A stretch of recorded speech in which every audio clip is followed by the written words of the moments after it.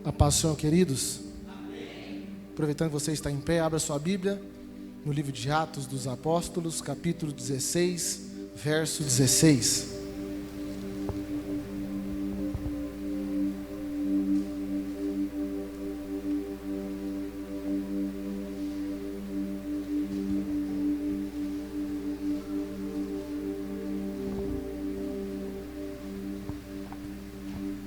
Atos dos Apóstolos 16, 16.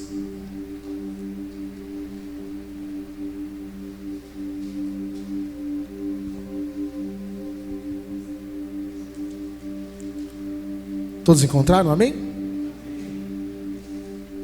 Nós vamos ler até o verso 26.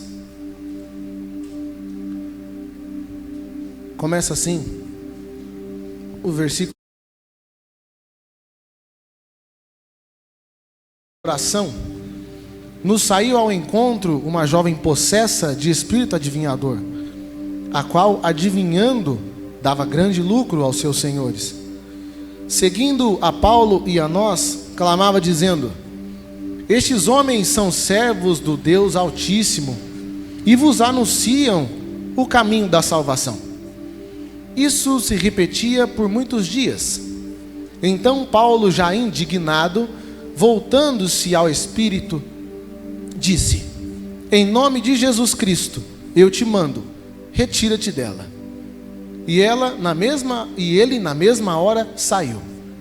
O verso 19 prossegue: vendo os seus senhores que lhe se desfizera a esperança do lucro, agarrando em Paulo e Silas, o arrastaram para a praça à presença das autoridades.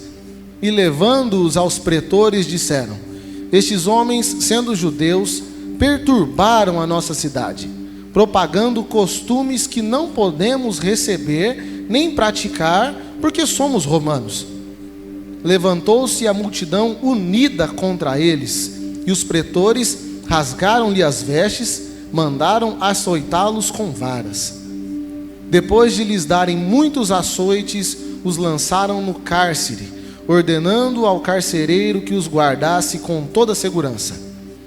Este, recebendo tal ordem, levou-os para o cárcere inferior e lhes prendeu os pés no tronco. Por volta da meia-noite, Paulo e Silas oravam e cantavam louvores a Deus, e os demais companheiros de prisão escutavam. De repente sobreveio tamanho terremoto que sacudiu os alicerces da prisão, abriram-se-lhe todas as portas e lhe soltaram as cadeias. Amém? Você crê que isso é verdade? Então sente dando um glória a Deus bem bonito aí.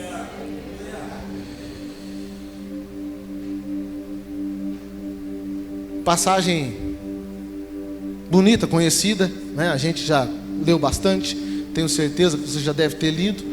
Tenho certeza que isso que eu vou falar aqui para você não seja novidade, né? Então o Espírito Santo nos traz ao culto para lembrar de coisas, né? Às vezes lemos coisas, ouvimos a voz do Espírito e acabamos que se esquecemos, né? Deixamos um pouco de lado.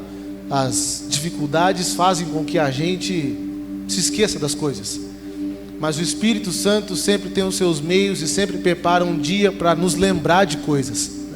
E que essa quinta-feira seja uma quinta-feira de lembranças daquilo que a palavra já te disse um dia, né? Não deixe o meu cansaço te abater, tá certo? A gente leu que Paulo saiu à oração, e todo dia ele orava, todo dia ele ia ao templo. E a palavra vai nos revelar, vai nos dizer que havia uma jovem que tinha um espírito adivinhador, né? Essa jovem, ela era possessa de um demônio, e o demônio supostamente adivinhava coisas, né? E aí Paulo Atos vai falar para a gente que quando Paulo estava indo, durante muitos dias, aquela menina saía ao encontro deles e falava: estes homens são servos do Deus Altíssimo, e eles anunciam para vocês o caminho da salvação. Um dia, 2 dias, 3 dias, eu não sei quantos dias ao certo, a palavra não fala, Mas o que a palavra fala é que por muitos dias a mulher falava: olha, esses homens, esses dois, são homens de Deus.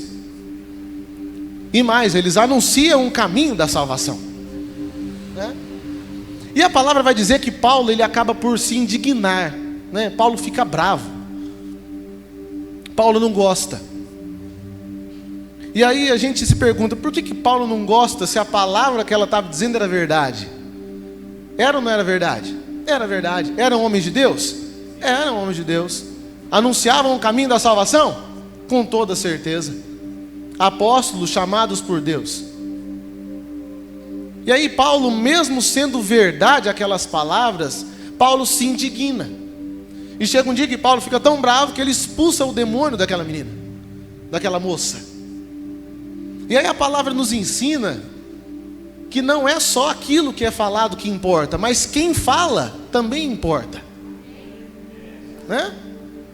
Não é só aquilo que está sendo falado, não é apenas a mensagem só, não é só apenas aquilo que alguém está falando, não é apenas a mensagem que é pregada, não é apenas o louvor que é ministrado, não é apenas a ministração que é ministrada, mas aquilo que importa também é quem está ministrando, quem está pregando, quem está cantando, quem é o obreiro, quem é o emissor. E Paulo ensina isso, né? Paulo ensina isso porque ele expulsa o demônio. Por quê? Porque não pode haver espírito de confusão. E aí Paulo ensina para a gente que importa sim quem fala. Importa sim o testemunho. Não é só pregar, não é só cantar bonito. A gente não pode vir aqui, ser uma coisa aqui, ser outra lá fora, na verdade. A gente não pode ser um jovem abençoado aqui. Eu falo jovem, tenho a cara de velho, mas eu sou jovem ainda, né? Não posso ser um jovem abençoado aqui e ser um jovem tudo virado do avesso lá fora, né? Você não pode ser uma irmã do Gil de Oração, que é uma bênção aqui dentro, e lá fora ser uma pessoa que ninguém gosta de ficar perto, né? Isso eu digo com todo o carinho do mundo, pelo amor de Deus, entenda, não fique bravo comigo. É a palavra que nos diz. E Paulo ensina para a gente que o testemunho importa. Não é apenas falar, é viver. Porque aquela menina, ela falava, mas não vivia. Não é assim? Aquela menina falava, olha, os dois aí ensinam o caminho da salvação. Mas ela mesma estava indo para o inferno com aquele monte de demônio que estava nela. E Paulo ensina para nós, não é só falar, é viver condizente com aquilo que você está falando. E a gente tem que viver assim, porque Paulo ensina com essa atitude de expulsar o demônio dela, fala, a palavra é verdade, mas a atitude é de mentira. E Paulo reprova isso, e a gente tem que entender isso. A gente tem que entender isso. Não adianta a palavra ser uma palavra de verdade, se a atitude é uma atitude de quem fala mentira. E aí Paulo expulsa o demônio daquela jovem, né? E aí os senhores daquela jovem, que lucravam muito, porque certamente ela cobrava, né, para supostamente adivinhar alguma coisa, eles cobraram, né, cobravam a leitura de mão, sei lá o que ela fazia. E fato é que eles tinham muito lucro, né? E Paulo desfez aquele lucro.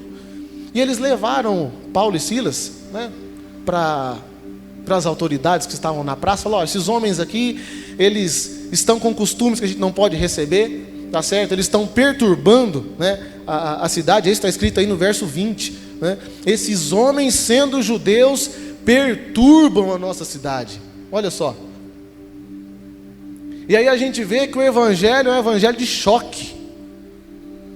Se a gente pregar e não tiver perturbando o mundo, não tiver em choque com o mundo, se a nossa pregação não for uma pregação que vá de encontro, que bata de frente com o mundo, a gente está pregando errado. A gente está falando errado. Se o nosso testemunho não é um testemunho que bata no mundo de frente, a gente está testemunhando errado. E aí a gente vê que Paulo estava fazendo certo, porque aqueles homens falaram para os juízes, esses homens nos perturbam a nossa cidade. E a gente vê que o evangelho causa repulsa em quem está no mundo. O evangelho causa ânsia em quem está lá fora. A gente perturba, e o crente, quando está no caminho, ele perturba. Porque a própria palavra nos diz, né, não vos conformeis com este mundo. Ou seja, o negócio do evangelho é perturbar o mundo. É assim que o evangelho funciona. E aí Paulo, né, e Silas no meio daquela praça, e os homens acusando eles, falaram: olha, esses homens estão acabando com os nossos costumes.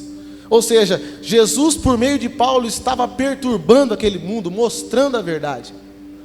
E por mostrar a verdade, a gente leu que Paulo e Silas foram parar onde? Na prisão. Prisão. E a gente vê que a caminhada do evangelho não é fácil, a gente sempre fala isso, não é? Caminhar com Jesus não é fácil. E às vezes caminhar com Jesus vai levar a gente a lugares que a gente não gostaria de estar, em horas que a gente não gostaria de estar, a companhia de quem às vezes a gente não gostaria de estar. O evangelho vai levar a gente a lugares que a gente com certeza não queria e não vai querer estar, porque o evangelho perturba. E aquele povo fechou a porta para Paulo e Silas. E hoje não é diferente. Se a gente vive no evangelho, os mundos, né, o mundo fecha as portas para nós.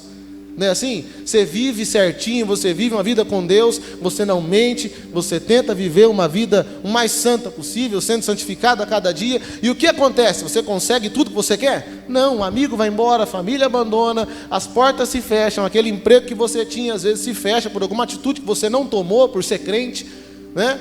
E aí acaba que tudo se fecha, tudo vira. E Paulo e Silas, que tinham feito um bem para aquela menina, que tinha expulsado o demônio, que tinha feito a obra de Deus, receberam grilhões, receberam uma prisão, entraram em uma prisão. E aí o que me chama a atenção, e o que deve chamar a sua atenção, e o que a palavra nos ensina é: o evangelho vai levar a gente para lugares que a gente não gostaria de estar. E a gente aprende que a recompensa do evangelho não é aqui. A recompensa de viver uma vida com Deus não é aqui. Uma recompensa de viver uma vida pautada na palavra, você não vai colher aqui. Porque aqui as portas se fecham para aquele que vive de acordo com o evangelho. As portas se fecham ao abandono, ao desprezo. E as portas do mundo se fecham uma a uma para quem vive na palavra. É assim que funciona. Paulo e Silas provaram isso na prática. Na prática, as portas se fecharam e eles pararam na prisão, vivendo aquilo que Deus tinha para eles, cumprindo o plano de Deus, no centro da vontade de Deus. E estava onde? Numa prisão fria, com pés e mãos amarrados. E a gente aprende que a recompensa do evangelho não é aqui. A gente tem um céu para chegar. A gente tem um céu para chegar. Às vezes eu corro com meu pai, né, e eu gosto de acompanhar a corrida. E você também já deve ter acompanhado alguma corrida pela TV, ou já deve ter assistido alguma coisa. E você já viu algum corredor receber medalha no meio da corrida? Você já viu? Eu nunca vi. A corrida é para 10 quilômetros, certo? Recebe a medalha o corredor que completar a carreira, né? Que correr os 10 quilômetros. Nenhum corredor da São Silvestre ganhou medalha porque parou no 10. Por quê? Porque a São Silvestre é uma meia maratona, é 21. Para receber a medalha, tem que correr o 21. E aí a gente vê que a gente está numa corrida. E para receber a medalha tem que completar a carreira, tem que completar a corrida. Mas no meio do percurso, né, eu corro às vezes com meu pai, e no meio a gente vai correr 8. E aí às vezes quando dá 4 quilômetros a perna começa a doer, né? Começa a doer a barriga, começa a doer a perna, começa a doer a cabeça, começa a doer o braço, começa a doer tudo que não é para doer, começa a doer no meio da corrida, não é assim? Mas a gente tem que ficar focado, respirar um pouquinho e continuar a corrida. Por quê? Porque no meio dói a perna, no meio dói o pé, mas só tem medalha aquele que acaba. E a vida no evangelho é assim. Não é à toa que Abacuque, né? Aviva, ó Senhor, a sua obra no meio dos anos. Por quê? Porque é no meio que o negócio fica difícil, né? No meio da corrida a gente pensa em parar, né? No meio da corrida você pensa: eu vou voltar andando embora, né? Era para correr 8, eu vou correr 4, vou voltar andando 4. Mas não tem medalha para quem para na metade. E na metade a perna dói, o pé dói. E o evangelho é assim, a gente está percorrendo a carreira. E no meio da carreira Não tem medalha, no meio da carreira pode ter uma prisão, no meio da carreira tem grilhão, no meio da carreira você pode acabar igual Paulo e Silas. Mas no dia que Jesus voltar, tudo isso vai acabar. Tudo isso vai acabar. Vai ter a nova Jerusalém que desce do céu. Olha só que coisa linda. Aí você vai receber a sua medalha, o seu galardão, tudo. Mas a gente tem uma carreira para percorrer. E no meio dessa carreira, meu amigo, a gente não vai ter moleza. A gente não vai ter coisa fácil. A caminhada não é fácil. E só recebe a medalha quem chega no final. E aí Paulo, que estava no meio de sua carreira, parou numa prisão. E aí eu pergunto para você, e a pergunta que fica para mim, que fica para todo mundo, para você que está assistindo, é: o que você está esperando do Evangelho nessa vida? O que nós, Igreja Batista Independente, esperamos do Evangelho enquanto estamos vivos? É o Evangelho do carro novo, da casa nova? É o Evangelho ou é o Evangelho que tem um céu? Porque a carreira é difícil, mas para quem persevera até o fim, tem um galardão. E aí Paulo e Silas, naquela prisão, foram para a prisão, apanharam antes de ir para a prisão, e à meia-noite, eles com os pés e mãos amarrados, com as costas doendo, todas cheias de ferida, aí eles começaram a cantar, e a Bíblia diz que eles começaram a cantar louvores e oravam.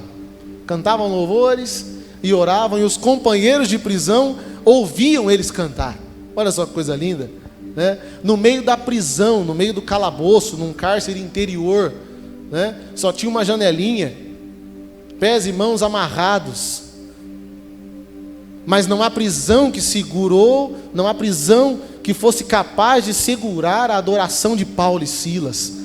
E a mesma coisa acontece com você. No meio da caminhada a gente vai parar em lugares que a gente não gostaria de estar, em situações que a gente não gostaria de estar passando, em momentos que a gente gostaria que passasse logo. Mas fato é que independente da situação, você pode se dirigir a Deus, e Ele vai ouvir o seu clamor, Ele vai ouvir a sua súplica, Ele vai ouvir o seu louvor. E Paulo e Silas não reclamaram, Paulo e Silas não murmuraram, cantaram louvores, adoraram a Deus, e os companheiros de prisão estavam ouvindo.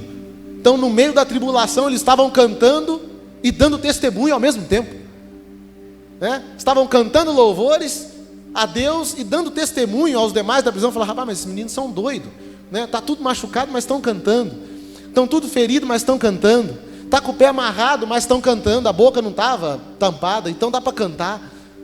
O pé estava amarrado, mas estava cantando mesmo assim. E a gente aprende com Paulo e Silas que se está com o pé e mão amarrado, a situação te atou, às vezes estamos com mãos atadas diante da situação, abra a sua boca e louve ao Senhor, porque nada pode parar a sua adoração, nada pode parar o seu clamor. Não há cárcere que impeça a sua oração de subir, não há cárcere que impeça o seu louvor de subir até Deus.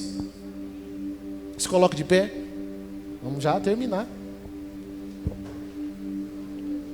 Por volta da meia-noite, os companheiros vendo Paulo e Silas cantando, e aí os companheiros ouvindo, e Deus lá do céu também vendo, que a gente serve um Deus que vê, Os companheiros de prisão ouvindo e Deus vendo. Enquanto os companheiros de Paulo e Silas só podiam ouvir eles, Deus era um Deus que estava acima deles, olhando para eles. Nós servimos um Deus que nos vê. A gente pode estar na pior situação possível, você pode estar no pior lugar do mundo, você pode estar no lugar mais longe do mundo, você pode estar no fundo do poço, você pode ter certeza que o meu Deus te enxerga lá no fundo do poço.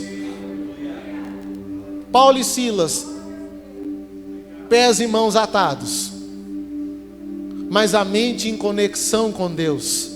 E a gente aprende que nada pode quebrar a sua conexão com Deus. Não há situação adversa que possa quebrar a sua conexão com Deus.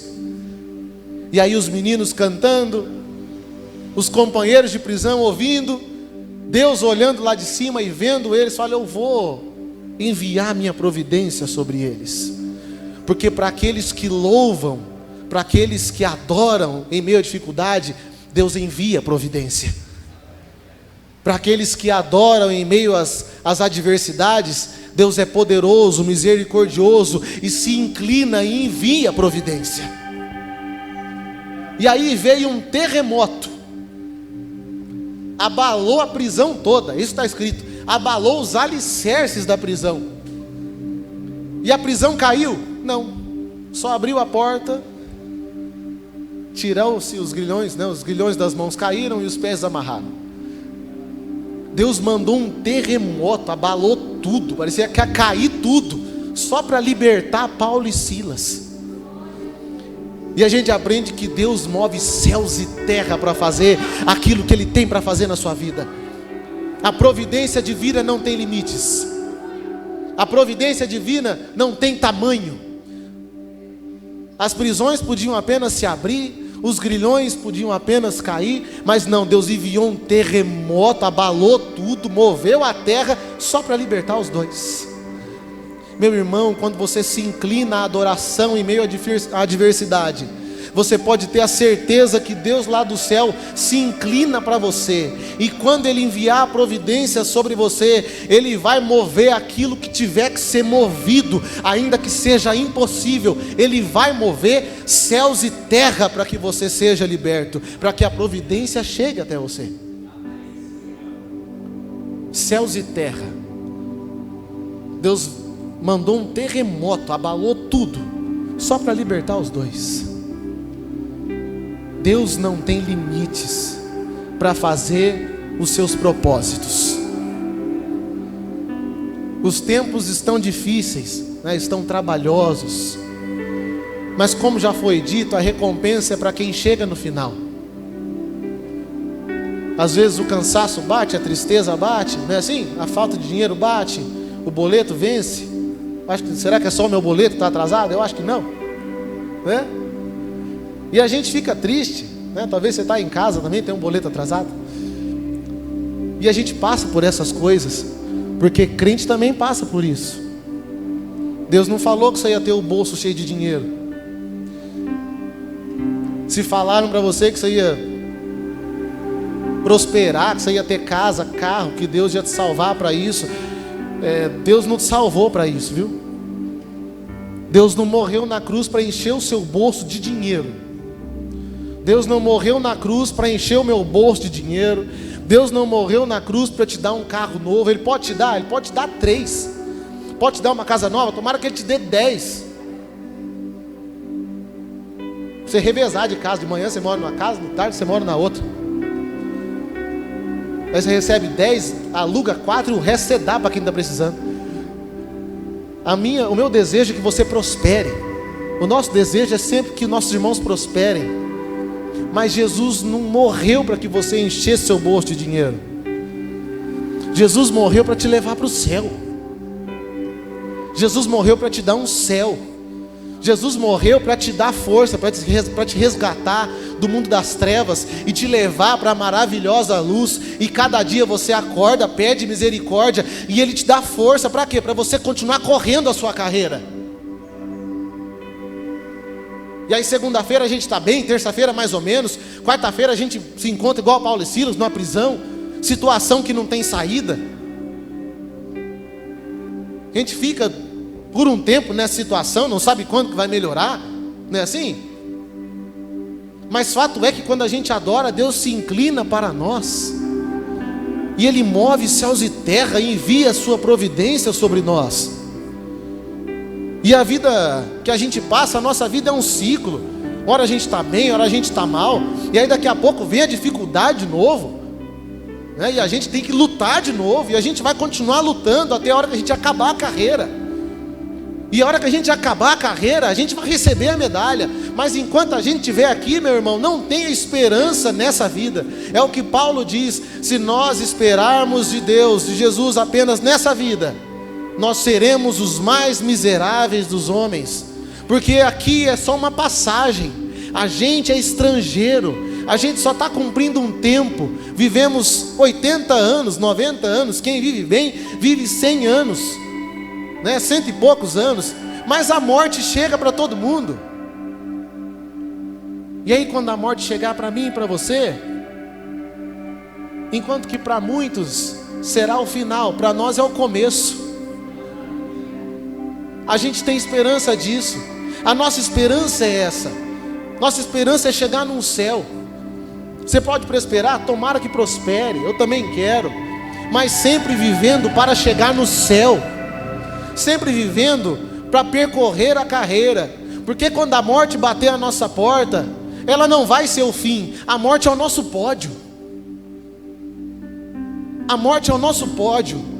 Paulo disse, ao final da sua vida: combati o bom combate, completei a carreira e guardei a fé. Combateu o bom combate. A vida de Paulo foi uma vida difícil.